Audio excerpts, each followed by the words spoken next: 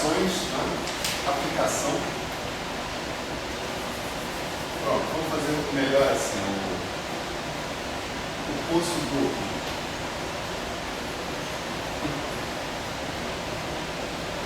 Pronto, isso aí. É um bom batismo. O poço duplo. O poço duplo, tem um monte de coisa aí envolvida nessa questão do poço duplo, mas a história mais interessante aqui é justamente a gente conseguir usar a integral funcional de um jeito absolutamente delirante. Tá certo? Muito interessante, que foi visto pelo Coleman. Coleman é um dos caras mais fera, né, da física de partículas, embora nunca tenha ganho o prêmio Nobel, mas sempre bateu meio na trave, assim, né? Ele tem resultados muito importantes em várias direções, e principalmente ele tem esse livro aqui, né, chama-se Aspects of Symmetry, né, tem na biblioteca. Estou com um exemplar, mas tem mais um lá. Não é para ninguém sair correndo pelo amor de Deus. Esse livro aqui é uma coleção dessas coisas que a gente está discutindo agora, né? Argumentos curtos para coisas complexas, tremendas. Então, cada 2 linhas do Coleman, às vezes você sofre para andar, né? De um ponto para o outro. Mas o cara tem um pensamento absolutamente original, né? Os argumentos do cara são realmente fantásticos, são umas coisas assim. Você aprende, né? O cara dizendo, eu tenho um argumento simples, desconfia, não é um argumento simples, mas é sim um argumento genial. Entendeu? Então, o Coleman tem, o que eu vou falar hoje, na verdade vou começar a falar, porque eu cheguei até um certo ponto, desse ponto ainda não passei, né? Sobre um artigo do Coleman, baseado nas aulas que ele deu em Elite, lá na Itália, né? Chamado As Utilidades dos Instants, os usos dos instants. Em inglês é The Uses of Instants. Então vira uma espécie de aliteração, né? Então, o cara é cheio dessas piadinhas, dessas sacanagens assim. Mas a grande jogada é a seguinte: o contexto disso aqui é de 1977, em 1980, 77 por aí, essas coisas estavam na fronteira, né, da teoria quântica de campos. Né? E basicamente as pessoas imaginavam, chegou-se a imaginar que era possível entender bem uma propriedade das interações fortes, que é chamada de confinamento, né, com auxílio desses instants. Né? Isso não foi exatamente possível, né? Alguns progressos foram feitos, né? Mas você ganhou entendimento sobre várias outras coisas, né, correlacionadas, né, no meio do caminho.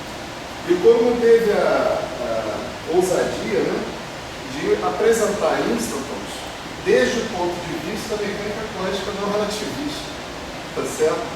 Ele estava dando umas aulas sobre instants. Ele falou, olha, eu vou mostrar para vocês os instants a partir da mecânica quântica não relativista e o papel dela, desses instants, no cálculo de quantidades que a gente costuma calcular na mecânica quântica não relativista de maneira canônica. Né? Então, na mecânica quântica não relativista, essas contas podem ser feitas analiticamente, né, etc. E tal.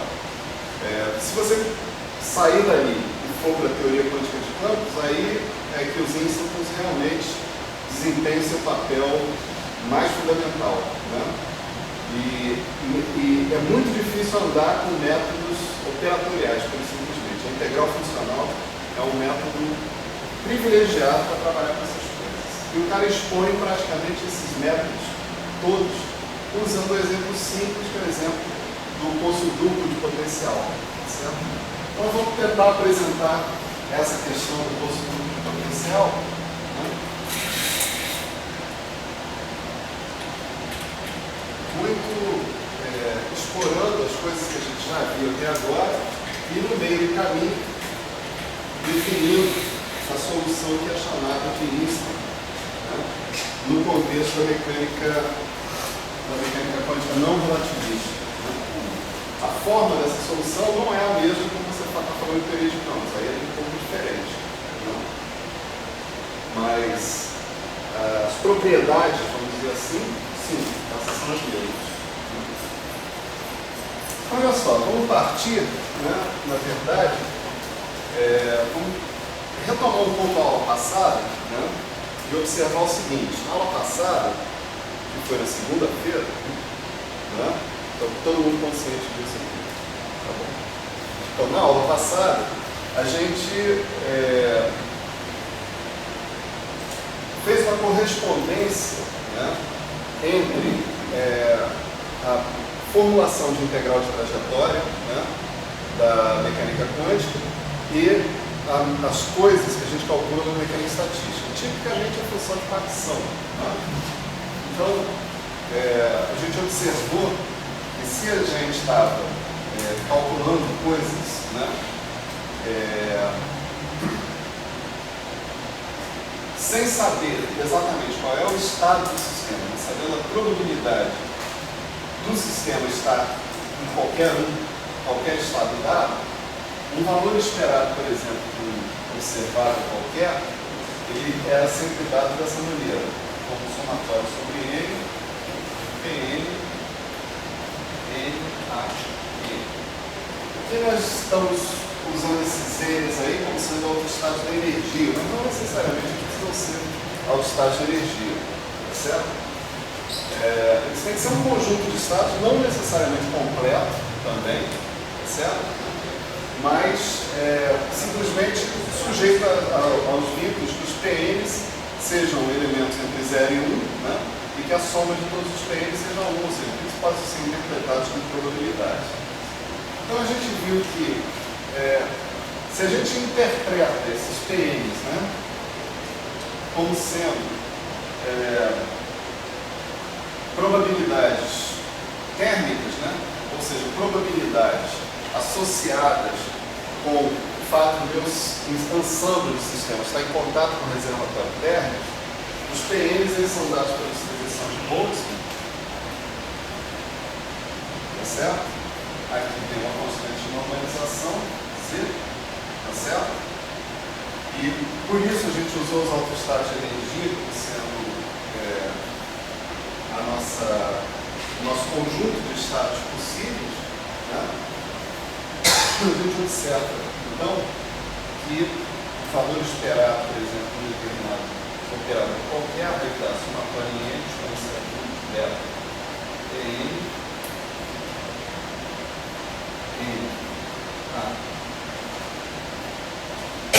N dividido pelo exponencial de beta, N,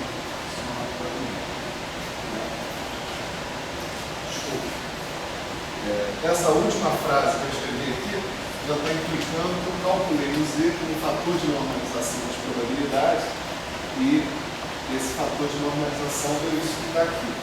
Tá? A interpretação que a gente faz desses em termos de integral funcional é tipicamente essa aqui, né? Esse exponencial de menos beta N você pode escrever como sendo somatório em N de N exponencial de menos beta H N. Não é isso? H é a newtoniana do sistema, né? E os N são autoestados da newtoniana do sistema. Isso daqui é o traço da exponencial de menos beta H, porque você está tomando os elementos de matriz de uma certa base e está somando a diagonal dos elementos de matriz que você encontrou. Essa expressão que está aqui, ela nos permite descrever essa história, né? O traço é invariante em relação à base que você escolhe. Então, você pode escolher qualquer base para tomar o traço. Então a gente pode escolher uma outra base aqui, que é a base dos autoestados de posição. E aqui, esse objeto que está aqui, né, a gente pode identificar como sendo o propagador, né,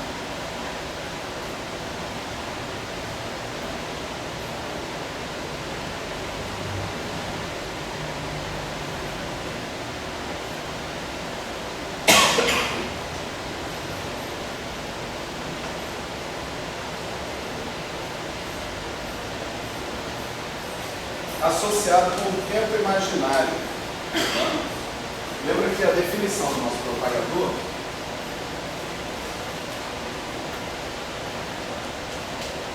vou escrever T grande aqui, esse zero aqui, né? Ela era XD exponencial de menos I H T XA.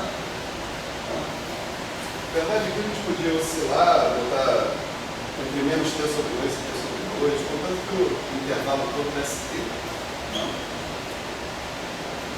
Então, é claro, se eu apareço aqui com menos em lugar com I, né, esse beta, né, é 1 sobre KT, né?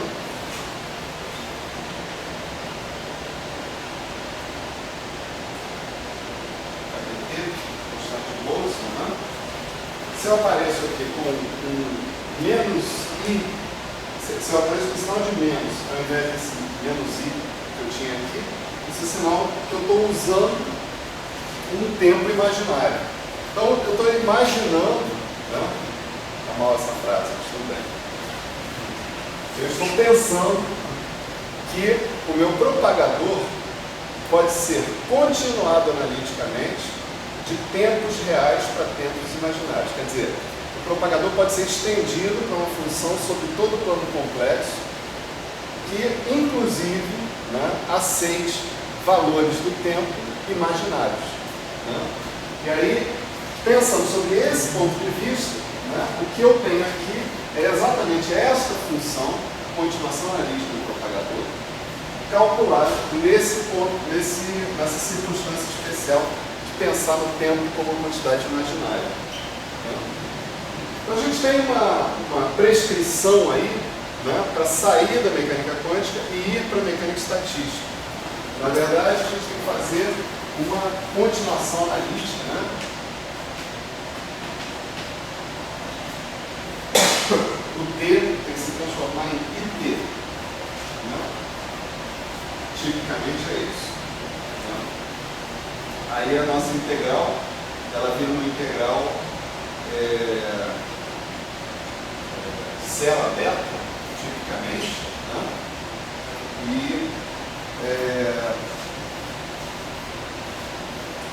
isso daqui ganha uma representação como integral funcional x exponencial de menos beta h x devido à integral de x exponencial de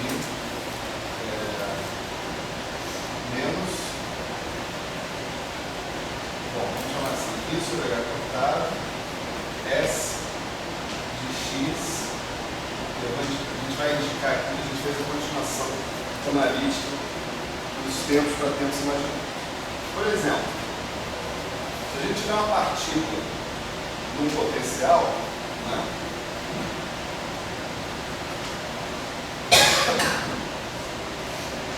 a ação é dada de novo entre 0 e um certo t, né? Bom, a ação original, depois a gente faz a continuação. Agora de 0 a t dt, né, de 1 meio de m x ao quadrado menos v de x, né? Certo? Então, se eu fizer essa coisa de levar t em it, né?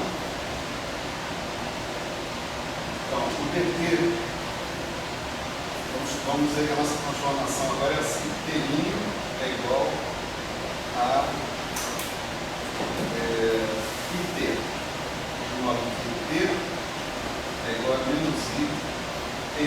Tia, eu não entendi porque ficou propagador X menos I.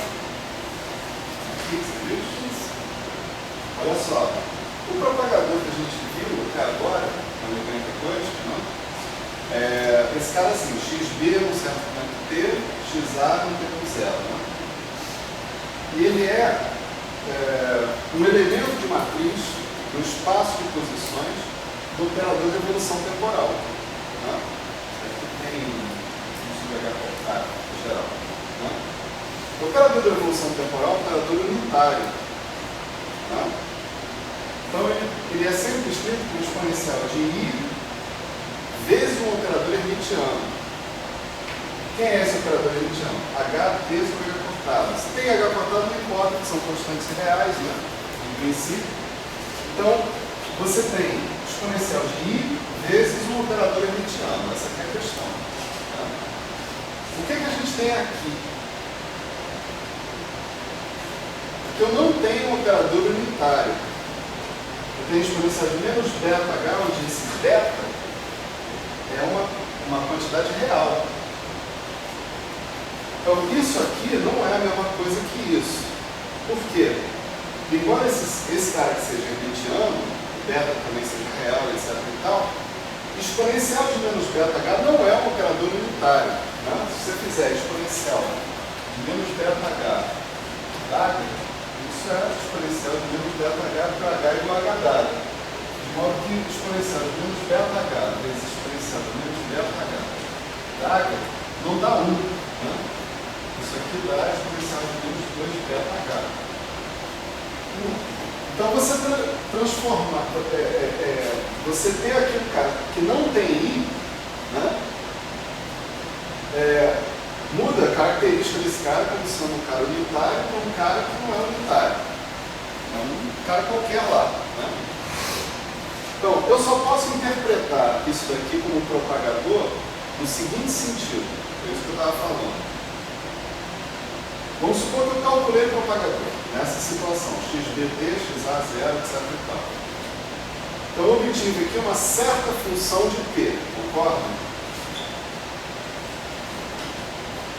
Também a função do xa, xb, etc. e tal. Dos outros parâmetros, né? Parâmetros que caracterizam o potencial, parâmetros que caracterizam a massa da partícula, essas coisas. Né? Mas o que nos interessa aqui é a dependência desse p. Né? Então, em geral, depois que eu calcular isso aqui é uma certa função de p. Essa função está definida para p real. Aí a minha pergunta é, será que, né, essa função possui uma continuação analítica de modo que ela possa ser pensada como definida em todo o plano complexo, não apenas para p real, mas para t complexo arbitrário? Né? Essa é a pergunta. Né? Eu não cheguei a responder essa pergunta, eu dei a resposta, mas não dei o caminho, né, para fazer a resposta na aula passada. Mas eu falei, sim, é possível fazer essa continuação analítica. Não há obstruções. A obstrução aí seria se você tivesse polos ou cortes no plano complexo quando você fosse fazer isso. Mas você não tem. Então é possível fazer essa continuação analítica. E, portanto, você pode agora calcular essa função. Se você pensar, isso aqui não é a função só original, ela é a continuação analítica. A continuação analítica é uma função que coincide no eixo real com a função que a gente calculou, com a função que a gente tem, mas ela estende essa função de maneira contínua, diferenciável, de ordem sem infinito, nas variáveis complexas, para todo o plano complexo. Então essa função F, a continuação analítica dela, é definida para todo o plano complexo. Então eu posso definir essa função para IT, ou seja, para T sendo imaginário puro. Tá certo? Então, se eu posso fazer isso, eu estou dizendo que posso, né? Isso que está aqui é o propagador calculado para esse tempo imaginário agora. Tá certo? Se você substituísse T por menos I beta, você terminaria com esse cara aqui. Mas quem te dá o direito de fazer isso? Você tem o direito de fazer isso se o resultado do seu propagador puder ser continuado analiticamente para o plano complexo. Dois exemplos que a gente viu até agora mostram que sim, a gente pode fazer isso. Né? Tanto a partícula livre quanto o oscilador harmônico, não tem problema nenhum a gente continuar analiticamente para o plano complexo, não há singularidade nenhuma. Por exemplo, na partícula livre, a dependência inteira está naquele fator pré-exponencial, não é isso? Que é raiz quadrada de um monte de coisa, m sobre 2π, h cortado, né? T grande. É só botar o IT, você vê que a mesma função está definida para todo o plano complexo sem problema nenhum. Tem lá uma singularidade T igual a zero, mas já tinha antes. Não tem problema. Não é por isso, né? Não é isso que vai ferrar com a gente. No caso do oscilador harmônico, a dependência em T está na forma raiz quadrada de 1 sobre seno de ômega t. Né? Esse seno de ômega t, na verdade tem I seno de ômega t.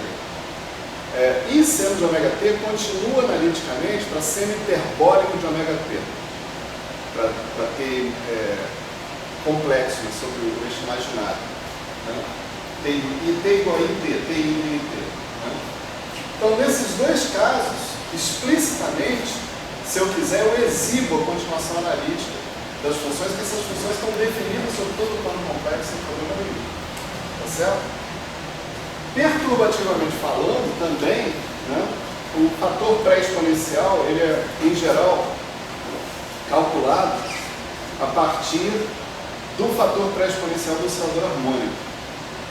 O resto vem de derivadas funcionais em cima dos termos de corrente, etc. e tal. Então, aparentemente, também, do ponto de vista perturbativo, mesmo pensando no potencial arbitrário, eu poderia fazer a extensão analítica sem maiores problemas. É uma longa discussão essa, mas eu preferi não entrar nela, porque a discussão técnica é um resultado bem trivial. Né? Mas isso sugere que se a gente fizer a extensão analítica dos nossos resultados que a gente está obtendo na mecânica quântica e considerar o tempo complexo, tá certo? Nós estamos considerando, na verdade, a mecânica estatística. Tá certo? A história toda é essa.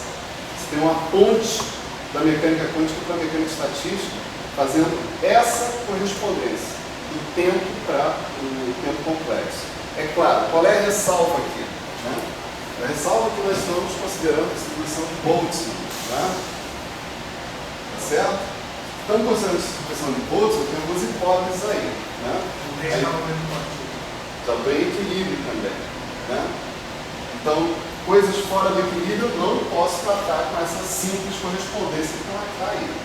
Né? Também poderia falar em potencial químico, essas coisas todas, né? Mudança do número de partículas, mas isso dá para fazer. Essa continuação, mesmo nessa situação em que você muda o número de partículas, e você tem um potencial químico a mais para colocar, isso dá para fazer. Tá? Não sei se esclareceu um pouquinho melhor aí. Foi? Então vamos de volta, olha só. Vamos analisar o que está acontecendo, né, aqui nessa história. Se eu fizer essa mudança de variável nessa integral, eu estou fazendo da maneira mais ingênua possível. Não quero nem saber. Né? Então você vê que ddt, né, via dt', né, a sua função de t vai virar uma função de t', dt', né, e via i, via dt'. Né? Todas as suas derivadas temporais viram I vezes as mesmas derivadas temporais. Isso significa que esse termo que está aqui, ele troca de sinal. Tá? Porque você tem dx dt ao quadrado. Isso vai virar I dx dt' ao quadrado. Tá?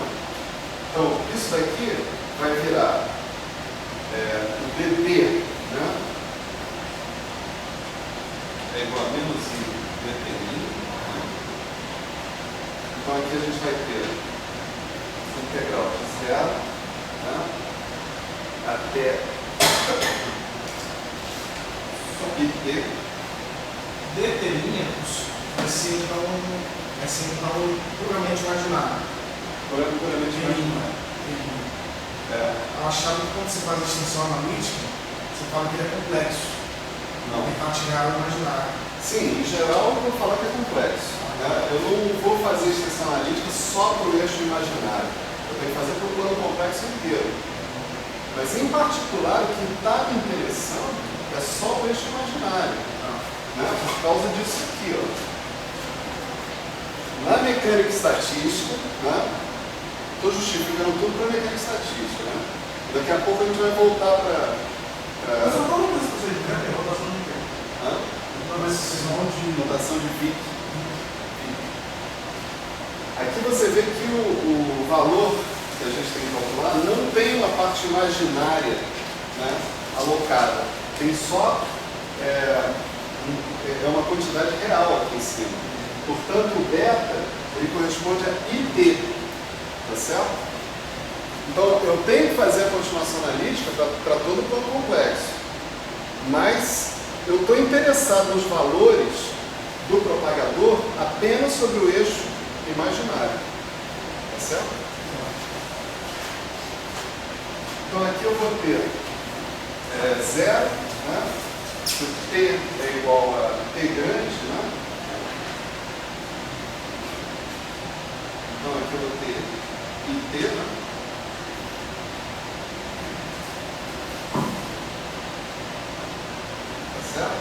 Aqui eu vou ter I, DPI, menos I, DPI.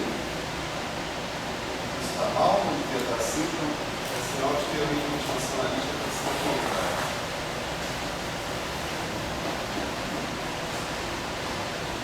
Aqui vai ficar menos I, DPI.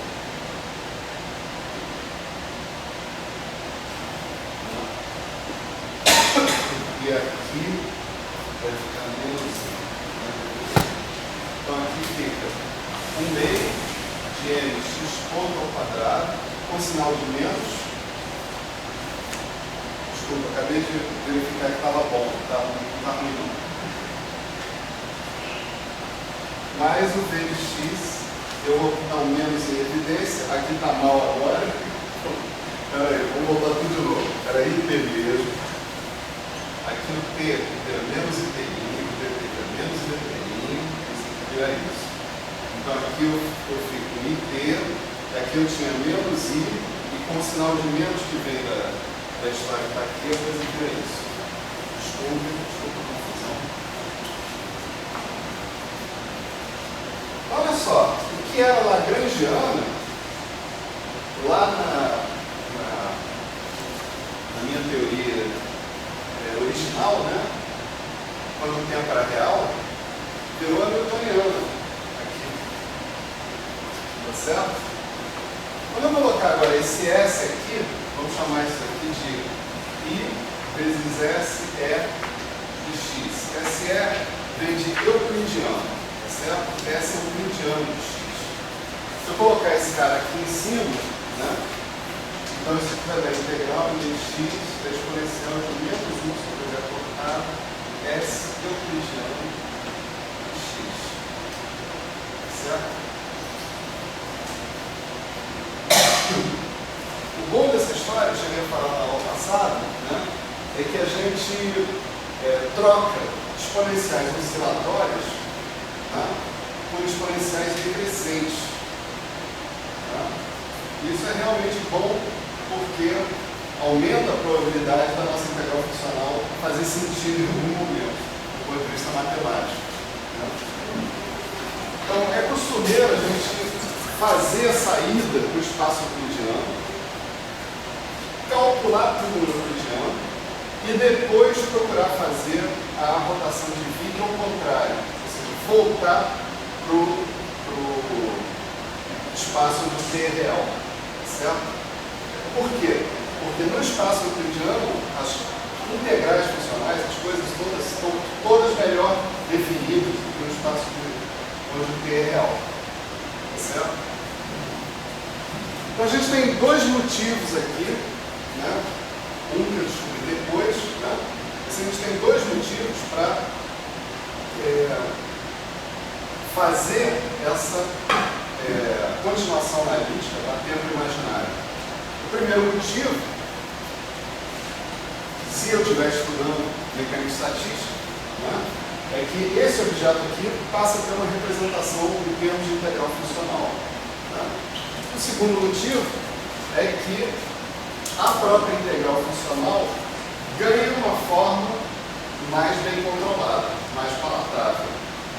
Certo? Então vamos supor que a gente fez isso, ok? Isso aqui nós estamos revisando coisas que a gente fez na aula passada, né? Que estabelecer essa conexão entre mecânica estatística e mecânica quântica, né? Via a formulação de integral funcional. Né? Observe que o seguinte, né? Aqui é x e x. Né? Então essa integral funcional aqui ela é feita sob a condição de que x de zero seja igual ao x de t. Tá certo? Para uso na mecânica estatística, certo? Eu preciso desse tipo de condição de contorno, que é o chamado de condições de contorno periódicas. E depois eu ainda tenho que integrar em dx. Ó, né? No final da história, eu tenho que integrar sobre dx. Tenho que fazer o traço, né, desse cara. Se eu quiser só redefinir a minha integral funcional no nível da mecânica quântica não relativista do espaço euclidiano, eu não estou restrito a fazer x de zero igual a x de t. Tá certo? Eu faço x de zero igual a x de t e depois integro sobre x, né? X de zero igual a x de t igual a x, né? Depois integro sobre x, se eu estiver interessado na função de partição, no objeto típico da mecânica estatística. Se eu estiver interessado numa integral funcional do euclidiano, pura e simplesmente, eu não estou restrito por essa condição para aqui. Certo? Então, maravilha. Então, vamos supor agora, né, que a gente fez isso. Né?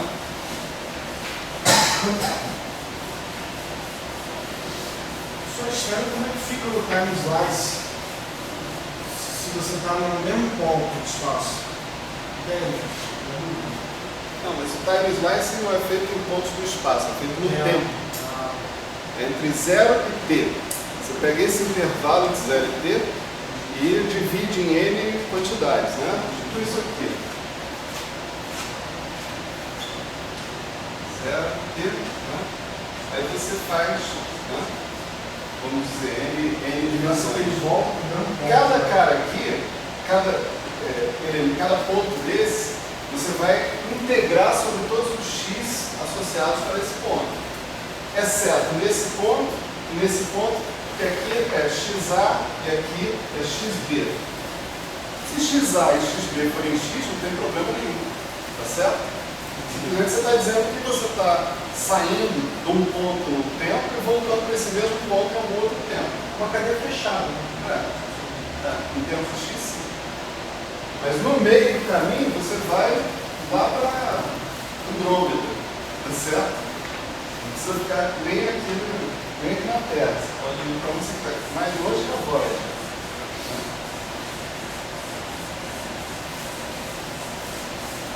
Aliás, daqui a pouco acho que alguém vai começar a estranhar esse negócio da Voyager, né? A Voyager. Eu falei em Voyager, aqui lembrei. A Voyager continua mandando sinal, né? Continua mandando foto, mandando essas coisas todas. Mesmo ela tendo saído daqui, quando? 70 e poucos. Foi isso que ela saiu? Não acabou a bateria dessa Voyager. Não, mas parece que é feito de urânio de 80 anos. Vamos lá. Sério? Eu acho que os ETs já interceptaram a Voyager. Eles estão mandando mensagens pra gente. Diz que 80 anos que ela leva. Corta isso no vídeo, senão eu vou ser demitido. Mas acho que apesar de 80 anos, eles falaram que daqui a pouco ela não vai conseguir mandar nada. Eu acho que tem um problema lá. Ela sai do sistema solar, né? Aí eu acho que daqui a pouco já era. Saiu, mas quando ela saiu, disseram que ela não tinha saído mais, que disseram que o sistema solar é maior do que tinha se pensado antes. Eu sei que ela tá no 29. Eu fiquei confuso. Que é aquela coisa grandona. Até que encontramos o buraco de Eu fico confuso, porque fica sempre parecendo que o sistema solar é maior. Quanto mais longe ela vai, quanto mais ela sai do sistema solar, menos ela sai do sistema solar. Eu fico confuso. Mas tipo, só tem um sistema solar. Uma velocidade que que não estava se comportando segundo a lei de Newton. Uma anomalia, né? Uma anomalia da Voyager. Já ouvi falar disso, sim. Eu queria saber onde está esse artigo de notícia para ler. Você bota Voyager e Anomaly. Anomaly? Do Google. Eu queria saber se eles resolveram isso ou não. Mas parece que... Até onde eu sei, não. Aí a minha pergunta é, será que isso não é o mesmo problema que eles têm com a matéria escura? Que a gente está saindo da parte externa, aí você tem uma velocidade que tende a ser mais constante. Entendeu? Eu queria Você botar todo o Flamengo, né? Hoje vai ter maltrato com os animais, com os cachorrinhos. Maltratar os beagles ali. Bom, estava falando de voz. O cara estava falando da anomalia da voz, não vem Não esse existe negócio. isso mesmo, cara, sério. Não acredito em você, tá? Não, isso existe mesmo, tá? Também existe os nomes da família. Tá bom. Bom.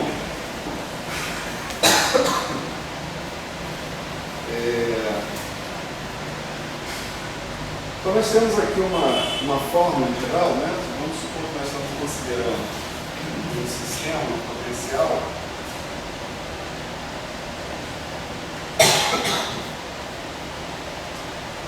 Primeiro um potencial desse tipo aqui.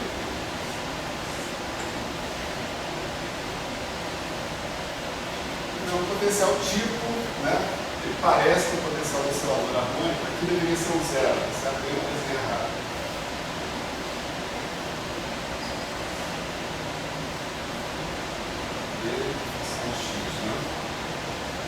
Ele parece um potencial do oscilador harmônico, tem um mínimo bonitinho, então você pode eventualmente aproximar com x ao quadrado, etc.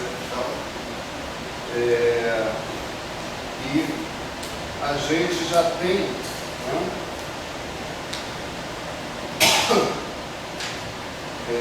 vamos dizer, a solução, né, da nossa integral funcional, né, se a gente quiser ficar apenas na aproximação, né, da expansão da ação em torno da trajetória clássica até segunda ordem, né, a gente tem essa expressão aqui, né, xf exponencial de menos h t sobre h cortado xi. Você vê que eu estou no euclidiano, tá certo?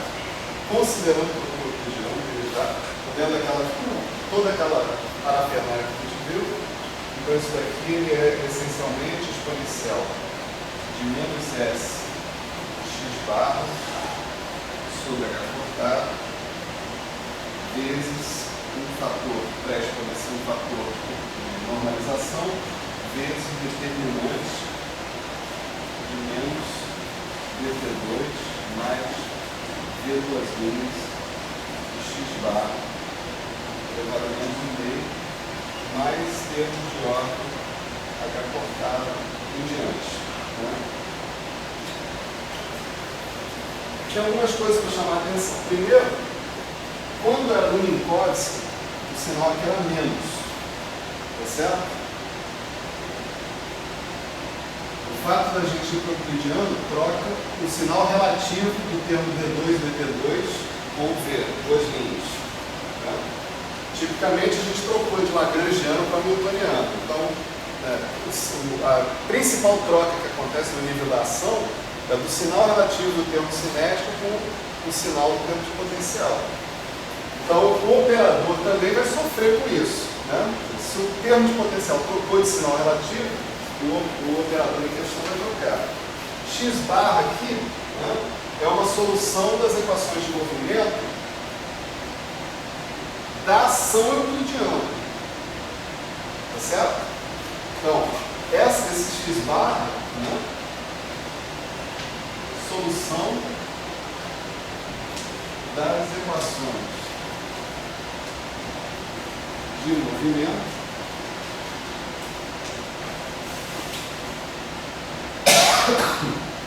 geradas por S euclidiano de x é igual a integral de t, né? 0 a t,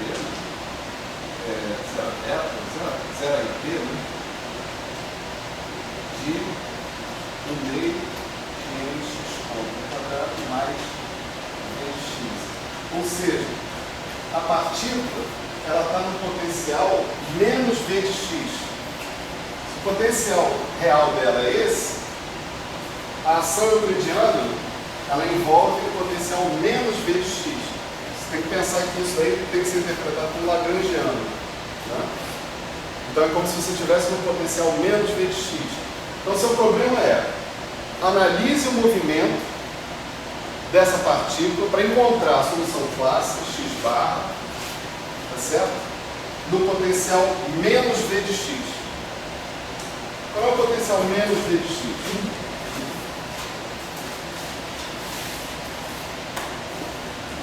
É esse aqui, né?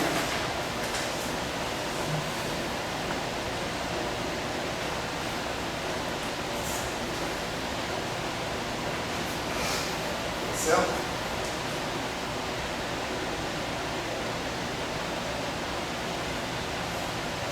E vamos supor que o que a gente quer saber, de fato, né? A gente vai escolher xi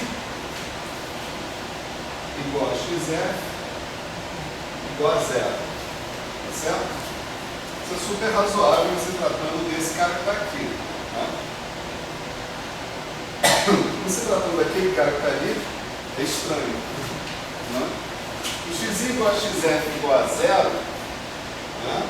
Você está dizendo que você classicamente gostaria que a partícula estivesse nessa posição, voltasse para essa posição alguma hora. Aqui não tem problema. A partícula pode estar nessa posição em algum tempo, fazer algum movimento aqui e depois voltar. Não tem galho nenhum. Porque esse é um ponto de equilíbrio estável. Né? Mas ali é um ponto de equilíbrio instável. Se a partícula estiver aqui em algum momento, a única alternativa para ela, se ela se desequilibrar um pouquinho para cá, ela vai para x igual a menos infinito.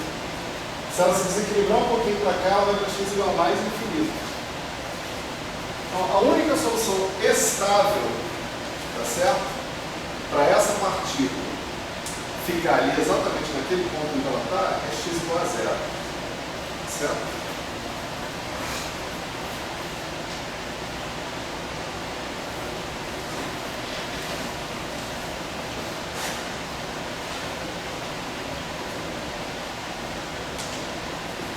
E diante, né?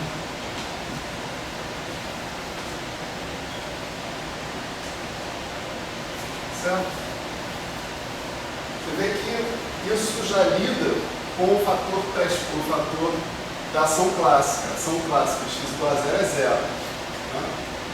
Então, tudo que vai restar aqui é calcular o tal do determinante desse operador associado, né, com o V2' de x barra. V2' de x barra é independente de x barra, já que esse potencial ele é basicamente quadrático ali naquele ponto.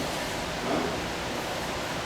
Então, a conta que a gente está fazendo ali, né, se eu chamar V2' de zero como sendo ele ômega 2, né, o que eu tenho a calcular aqui é o determinante de menos dt2 mais ômega 2. N, né? Isso aqui é o que vai me dar essencialmente o propagador. Tá? Esse cara aqui nós já calculamos para essa equação menos dt2 menos ômega 2. De fato. Tá? O resultado tinha sido, né, na verdade, ômega sobre seno de ômega t. Né? Isso daqui, observando a continuação analítica dessa função, isso dá n ômega sobre 2π h cortado seno hiperbólico de ômega t. Certo? Já levou em consideração a função n, o fator pré-exponencial n, etc. Se a gente mandar um t para infinito, né, isso é a técnica que a gente tem para calcular a nossa energia do estado fundamental. Né? E a nossa função de onda do estado fundamental também num ponto genérico. Nesse caso aí, nós vamos ter que calcular no ponto x igual a zero. A gente não usou um x genérico, a gente usou x igual a zero. Né? Se eu fizer isso, esse seno hiperbólico de ômega t, ele vai com exponencial, vai superior a n ômega sobre π h cortado, elevado ao meio, exponencial de menos ômega T sobre 2. Opa, errado. Eu preciso colocar esse elevado no meio, portanto, eu tenho que colocar elevado a menos no meio. Certo?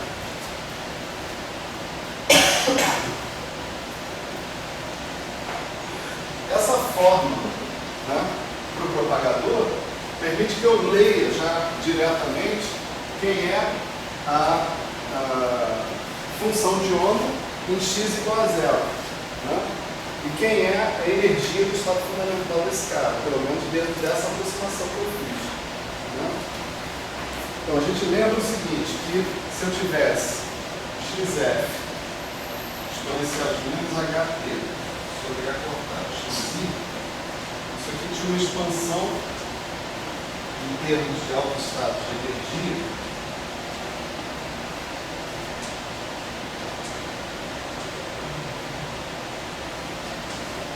dessa forma. Né? O que eu estou calculando aqui é 0, 0. Né? Então aqui aparece 0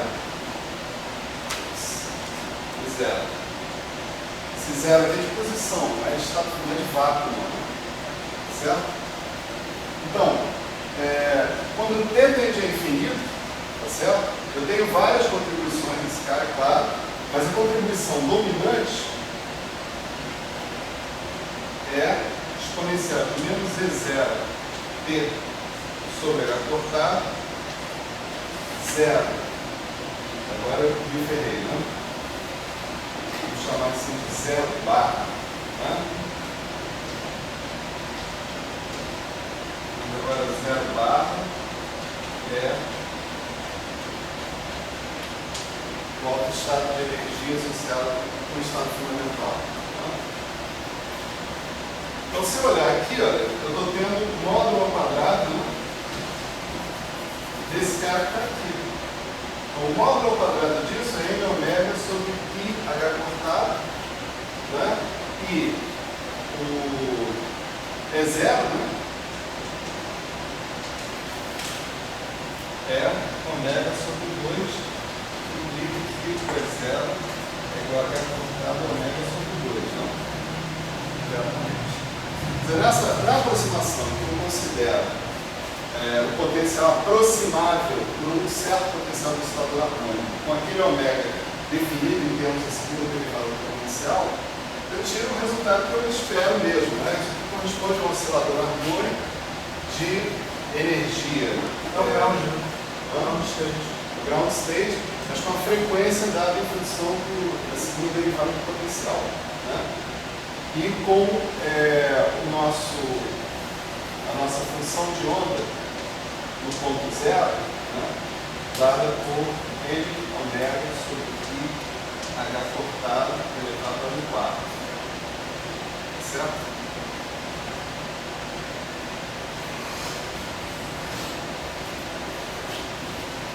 Então isso aqui foi só aquecimento, né, na verdade, para a gente entender o seguinte. A gente rapidamente conseguiu resolver esse problema em termos, pelo menos encontrar a energia do estado fundamental foi rápido, né? E seria rápido de qualquer forma. Mas a gente conseguiu também encontrar o valor da função de onda no ponto x igual a zero, tá certo? Pelo menos o valor aproximado da função de onda no ponto x igual a zero. Nós vamos usar uma técnica parecida, né? E vamos procurar soluções parecidas também para lidar com um caso mais complicado um pouco. Né? O que eu quero chamar a atenção aqui é justamente a virada de perspectiva de você estar no espaço com o tempo real e passar para o espaço com o tempo imaginário. Isso faz com que a dinâmica do seu sistema, que você tenha que considerar, passe a considerar menos V, ao invés de considerar o potencial V. Isso muda um bocado a discussão da história. Né?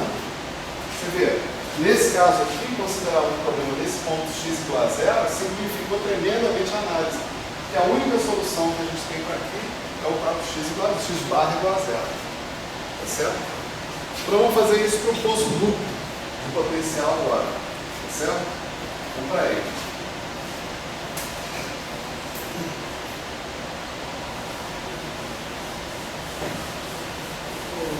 Professor, eu não entendi na conta da onde que vem o fator 2. Eu sei que aquilo ali é o potencial do oscilador harmônico, isso eu reconheço. Só que ali eu não entendi por que você associou zero sobre a cortada e o ômega sobre 2.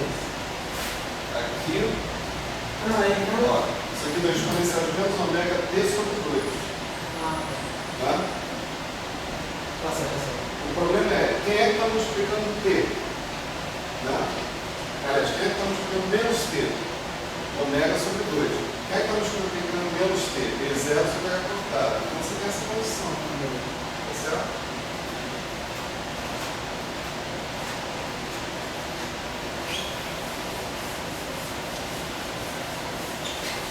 Pessoal, o negativo do lado do derrame de T, ele veio porque eu sou do meu quadrado. Né? Também. Eu botei. Ali, ó, determinante de menos derrame de T, 2. Esse negativo ele vem porque você está fazendo no tempo imaginário. Sim. Também mudou de sinal, né? É. Foi só a parte. Não, é o sinal relativo que troca. Né? A gente trocou energia cinética menos energia potencial, isso virou menos energia cinética, menos energia potencial. Esse menos a gente tirou e redefiniu a ação como sendo integral de energia cinética mais energia potencial. Esse menos ficou lá do lado de fora. Ficou do lado de fora. Não entrou na definição do que eu estou chamando de ação euclidiana.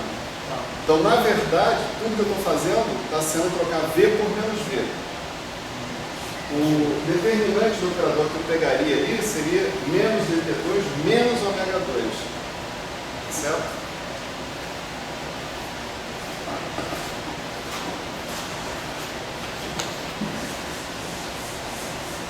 Só que esse sinal que está do lado de fora, no caso antigo, ele apareceria também?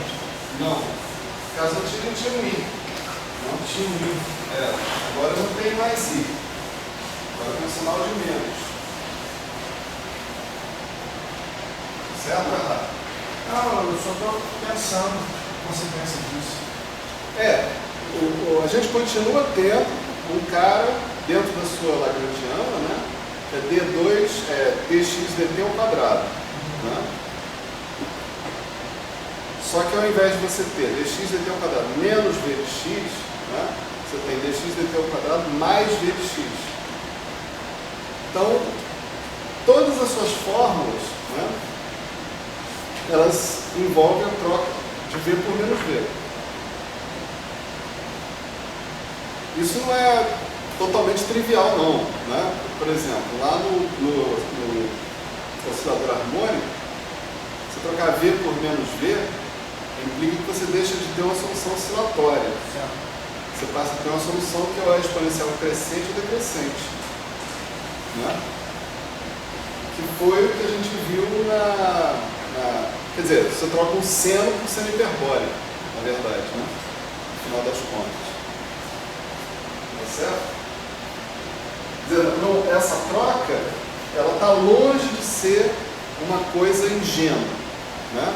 Ela tem grandes consequências e a gente, na verdade, explorou essas consequências para fazer essa solução relâmpago, que é a velocidade da luz, da partícula no potencial arbitrário que tem um mínimo, tá certo? Mas agora nós vamos considerar uma outra situação, que é a partícula no potencial arbitrário que tenha dois mínimos. Certo? Que é o global well, né? Nosso curso duplo.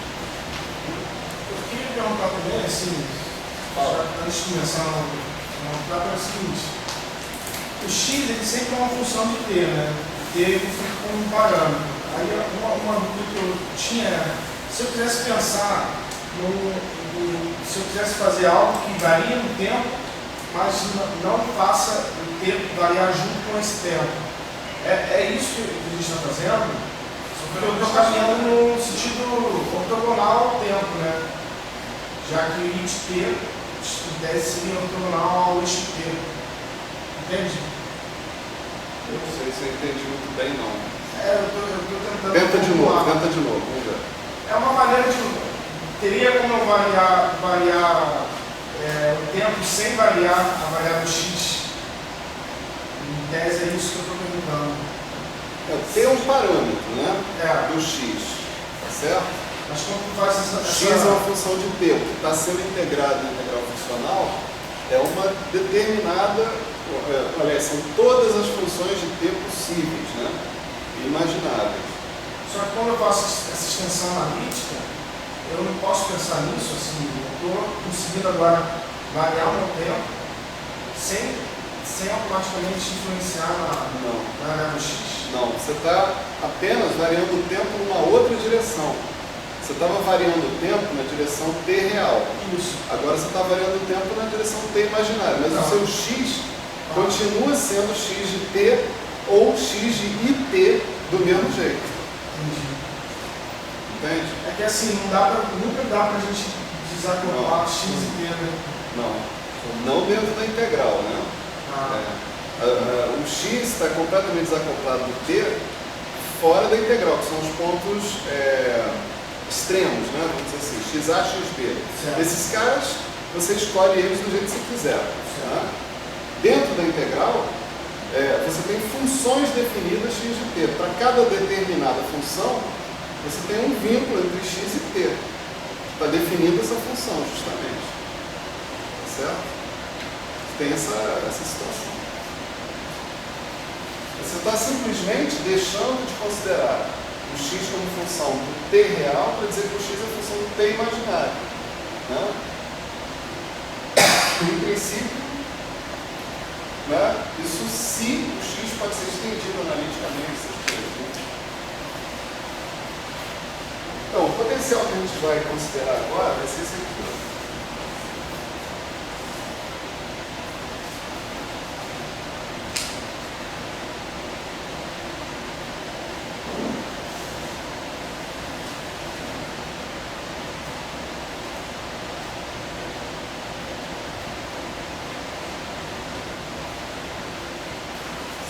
Esses pontos aqui, nós vamos batizar de menos A e A, certo? E, na verdade, nós vamos estar interessados em dois tipos, né? Primeiro, deixa eu dar um dado sobre o V, né? O V de x, nós estamos considerando como sendo V de menos x. Né? Ou seja, o V sendo a função par. Né? Ou seja, desculpe o meu desenho, né? Tudo que tem daqui deveria se refletir especularmente ali, do outro lado. Né? E depois nós vamos tentar calcular, né? Menos A exponencial de menos HT menos A, que vai ser a mesma coisa que A exponencial de menos HT tá?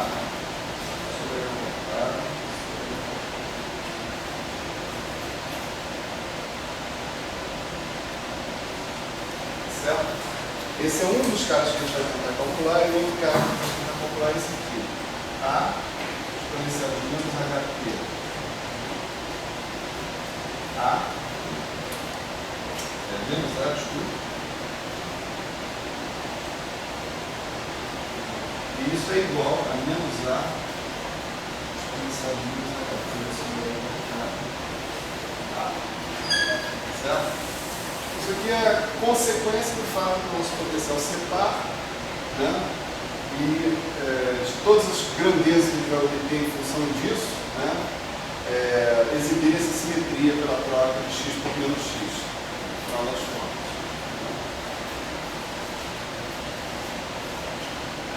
Então, essa situação que está aqui, né? Significa o seguinte: nós estamos querendo saber a possibilidade de eu ter, por exemplo, a partícula, né? Nesse ponto que está aqui, por exemplo, numa situação como essa, né? Eu estou querendo calcular esse propagador, eu tenho a partícula nesse ponto, com qual é a amplitude de probabilidade dela voltar para esse ponto? Descontar todas as nossas ressalvas, né, lá no Stack Exchange. Né? Se ela está aqui, qual a amplitude de probabilidade ou dela permanecer aqui ou ela passear por aí e voltar para cá? Né? A outra situação é uma situação mais interessante. Né? A situação que a partícula está, por exemplo, nesse ponto, e você quer saber qual a probabilidade dela estar nesse ponto, nesse outro ponto, depois de um certo tempo. Né? É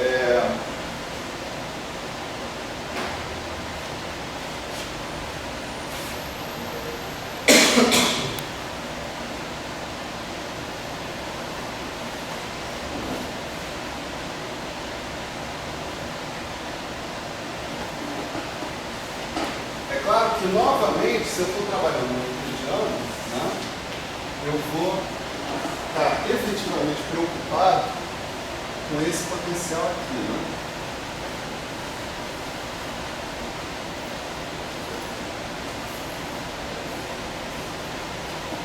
Novamente, né, existem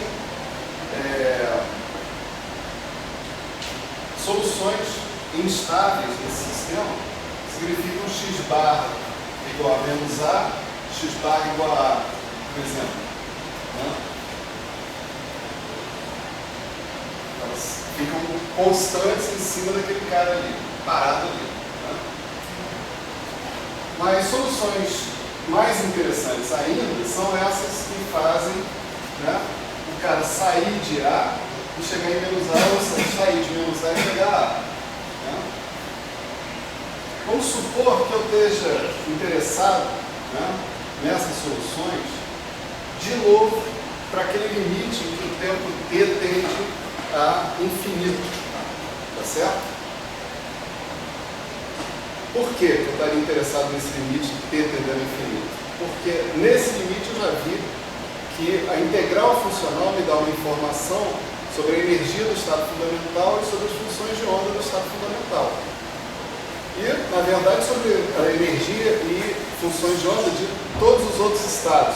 Mas aí eu tenho que ter o trabalho de calcular o cara numa aproximação melhor, né, do que a que eu calculei até agora. Né?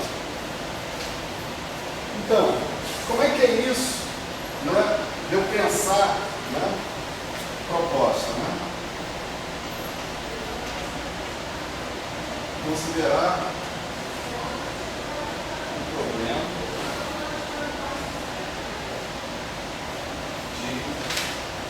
da partícula está em x igual a menos A, por exemplo, em menos t sobre 2 e passar para x igual a em t sobre 2. Certo?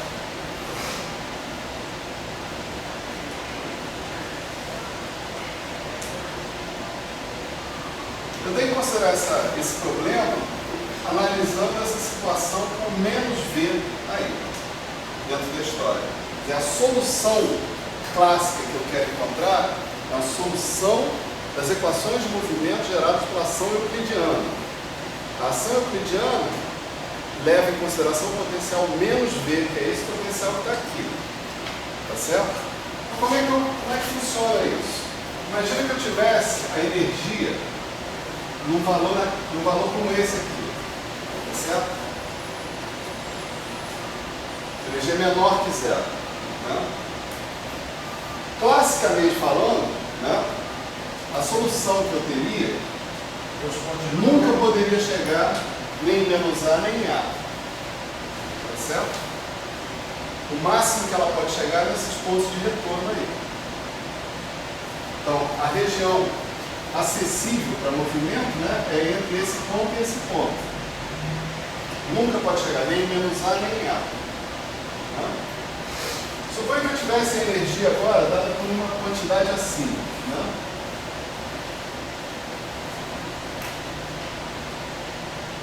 Lembre-se que eu fazer esse tempo T tender infinito, tá certo? Então, se eu pego, né, a partícula aqui em x igual a menos a, né, e estou com o sistema com energia desse tipo, né, esse movimento não é limitado. De modo que se eu faço o tempo T crescer o suficiente, a partícula está aqui em T igual a menos infinito, por exemplo. Tá certo? Deixa o tempo passar. Né? Permito que a partícula se mova ou para cá ou para cá. Tanto faz. Né? Ela tem acessível para ela todo o plano. Todos os valores de x. Então ela também não necessariamente para do ponto x igual a A. A única situação em que a partícula necessariamente vai sair daqui e chegar aqui no tempo infinito é se a energia for zero.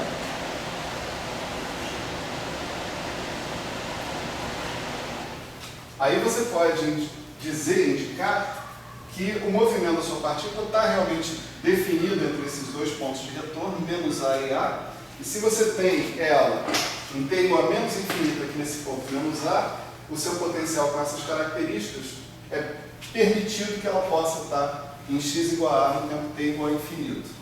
Tá certo?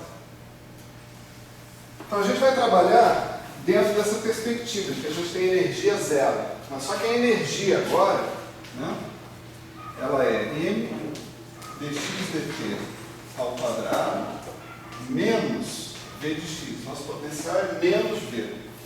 Tá certo? Tá certo? Então, se isso aqui é zero, isso implica que essa solução vai satisfazer dx dt ao quadrado igual a 1 sobre m dx.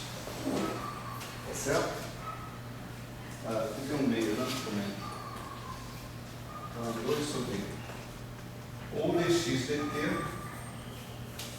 igual a raiz quadrada disso. Isso aqui é standard, né? O que não é muito standard é trocar v por menos v. Né? Mas aqui hoje a gente diz que a gente usa a energia para resolver o problema, né, do movimento da partícula, resolver por quadratura, né, esse problema.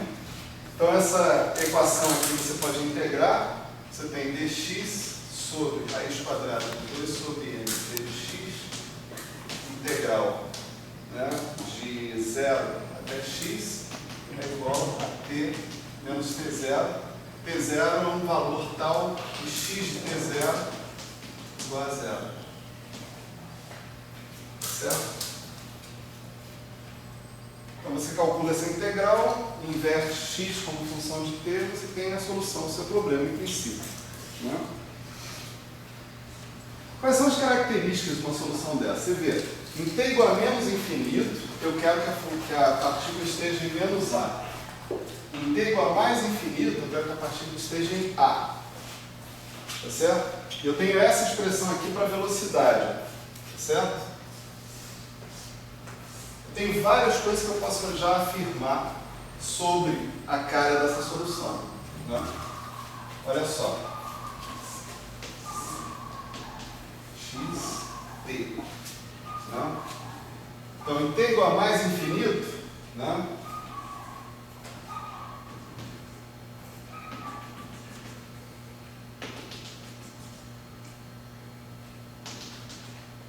Tá certo? A partícula tem que estar em A, ou seja, esse cara tem que tender assintoticamente, né, a solução para isso que está aqui. Né? Em t igual a menos infinito, ele tem que estar em menos A.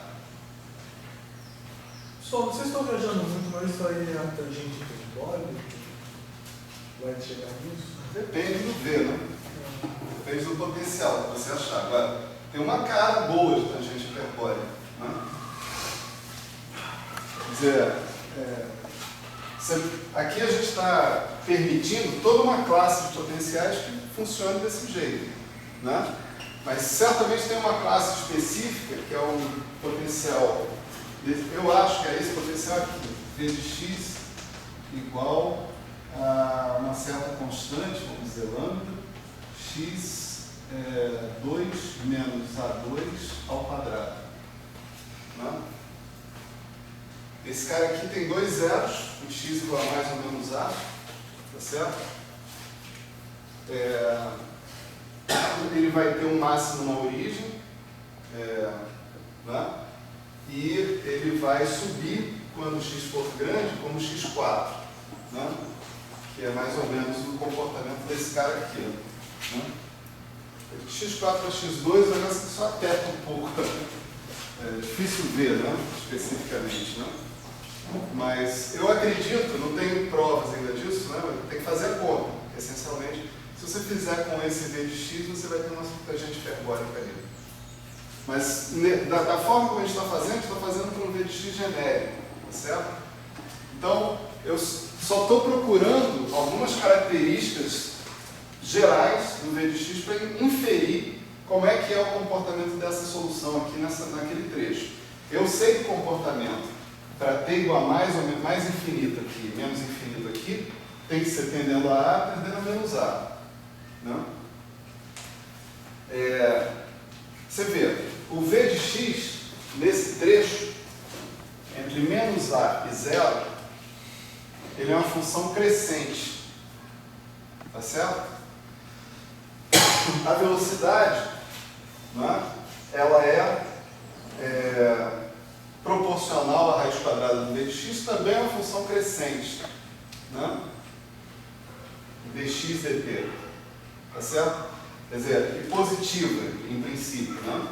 Eu espero que essa derivada cresça até um certo ponto, pelo menos. Mas não sem limite.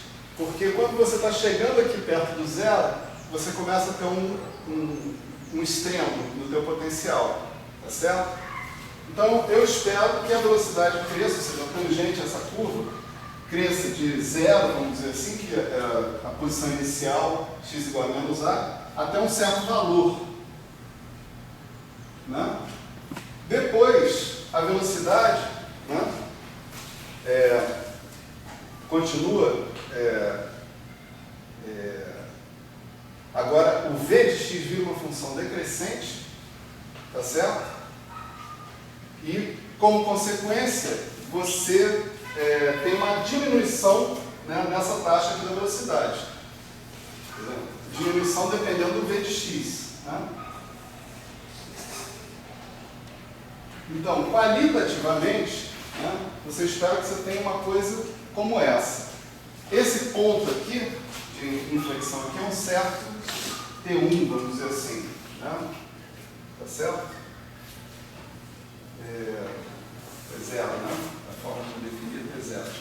Tá certo? X de T0 é zero. Então você imagina uma solução, né, que interpola entre a posição menos A e a posição mais A. Né? Essa é uma análise geral, né, independente do v de x. Né?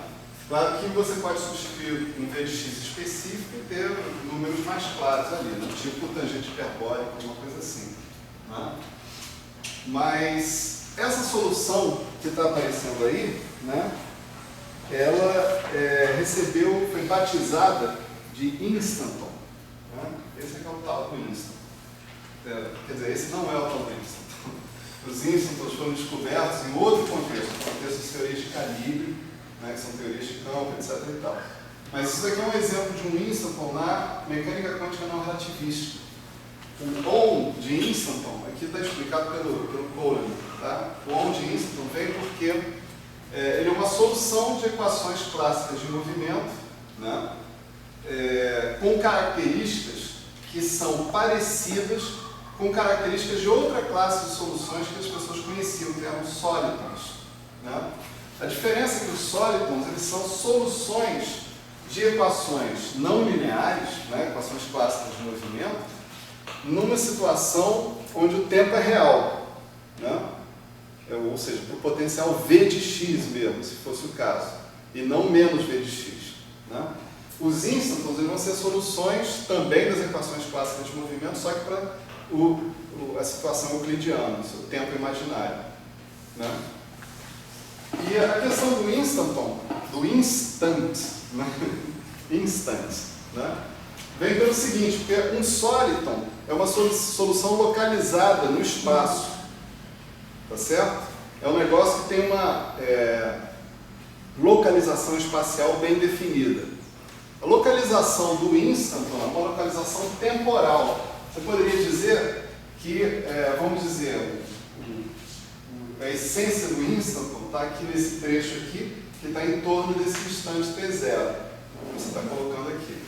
O momento em que ele sai de uma constante e se torna outra constante. Né? Então, o instanton ele é dito instant, né, on, né, por causa dessa questão de instante, de localização temporal dele, não localização espacial. Né?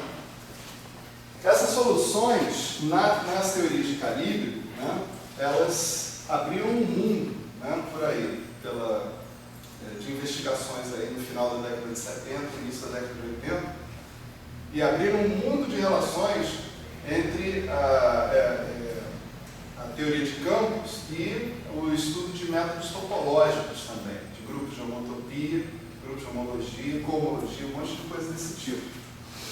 Porque é possível mostrar que existem cargas topológicas associadas com esses instantons, ou seja, certas soluções soluções de instantons, elas são estáveis, né, desse ponto de vista, porque há leis de conservação topológicas associadas com essas soluções.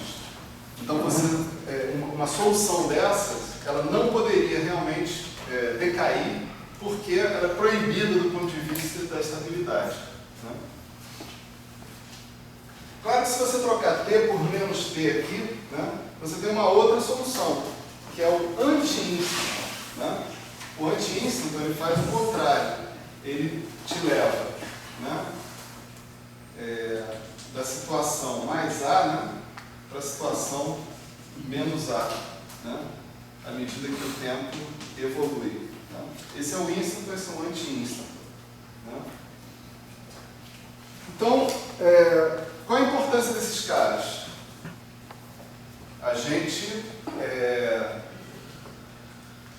precisa deles para calcular a nossa integral funcional, né, dentro da aproximação semiclássica. Né? Foi exatamente o que a gente fez na outra situação, do potencial genérico que tinha um único mínimo. Né? Nós fizemos um cálculo da integral funcional, do propagador, dentro da aproximação semiclássica. Então nós fomos até uma expansão de segunda ordem no potencial, né? E mantivemos, né, e calculamos a ordem determinante funcional, essas coisas todas. Né? A gente tem a mesma situação. Eu posso novamente fazer uma translação, né, da minha integral funcional, do meu x, né, em torno de uma solução de instanton como essa. Tá certo? O ponto é, cada uma dessas soluções é uma solução clássica das equações de movimento. Então, ele extremiza a ação de alguma maneira. Né? Então, esses pontos são os pontos que mais vão contribuir dentro da integral funcional. Tá certo? Então, eu preciso conhecer esses pontos para poder calcular, né, a integral funcional dentro da aproximação correspondente. Então, a ideia toda de conhecer essas soluções é justamente obter uma aproximação para a integral funcional via expansão semiclássica. Tá certo? E observar qual o valor que a gente obtém dessa história. Né? Legal.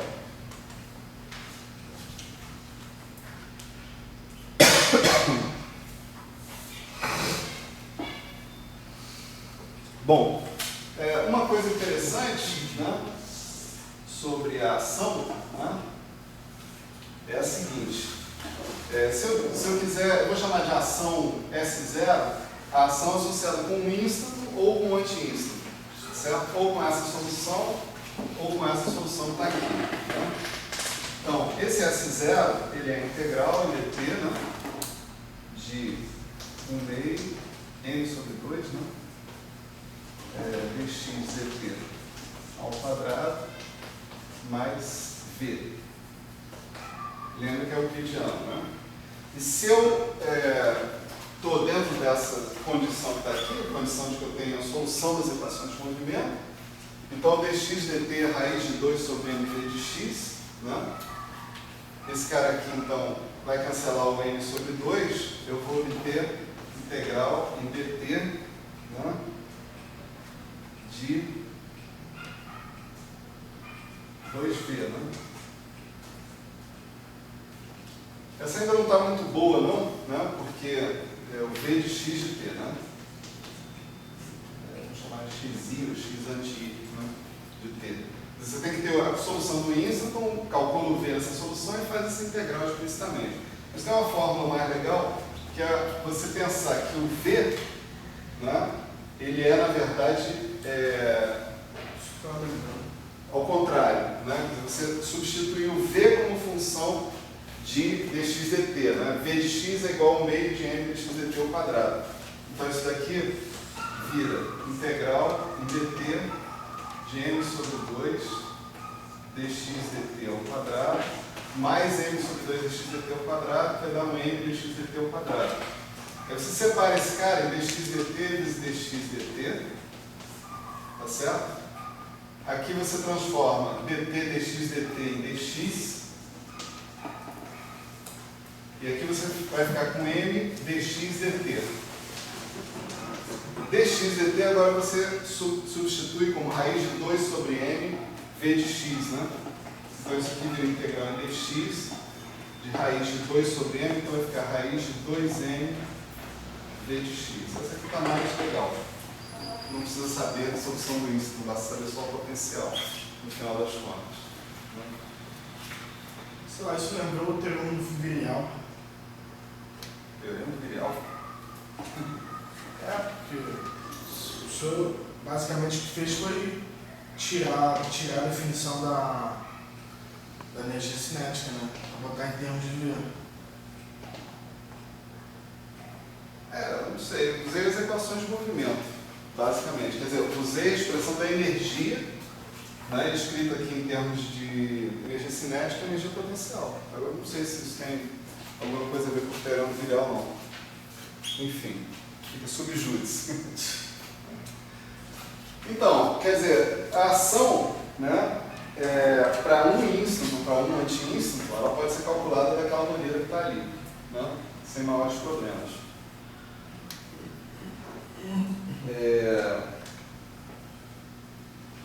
Uma coisa que eu não sei se vocês vão lembrar, né, é que quando a gente fez a aproximação WKB, né, a ação ela dava exatamente uma coisa assim, integral da raiz, só que aparecia V menos E menos V, na verdade, só que agora é igual a...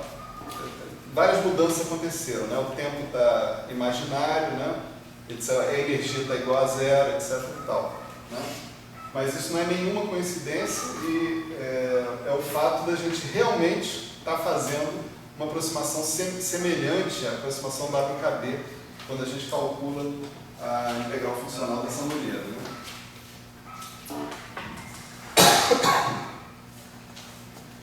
Bom, o que a gente tem que fazer agora então, né? Agora, a gente não tem tempo para fazer isso, hoje ainda, mas deixa eu indicar mais ou menos o que vai rolar. A gente precisa considerar todas as soluções, né, de instanton e anti-instanton que podem conectar, né? Veja o que a gente está querendo calcular dentro desse limite aqui, é A menos A, ou menos A, né? Então a gente tem que imaginar todas as soluções possíveis que vão conectar A com menos A ou menos A com A. No fundo também A com A e menos A com menos A, mas isso vai ficar claro por que os instantons têm a ver com isso também. E substituir essas soluções lá e fazer a expansão da integral funcional ao redor de cada uma delas, né? E calcular a integral, os determinantes remanescentes, né, para esses caras que estão aí. Né? Tem determinantes funcionais aí para serem calculados ali. Né? Tem um monte de truques aí que o Coleman coloca na história. Eu vou tentar transformar esses truques em coisas razoáveis para vocês, né, da próxima vez, mas eu só vou adiantar uma coisa. Por exemplo, instantons e anti-instantons podem ser usados para interpolar entre soluções que começam em menos A e terminam em menos A, ou que começam em A e terminam em A. Né? Basta você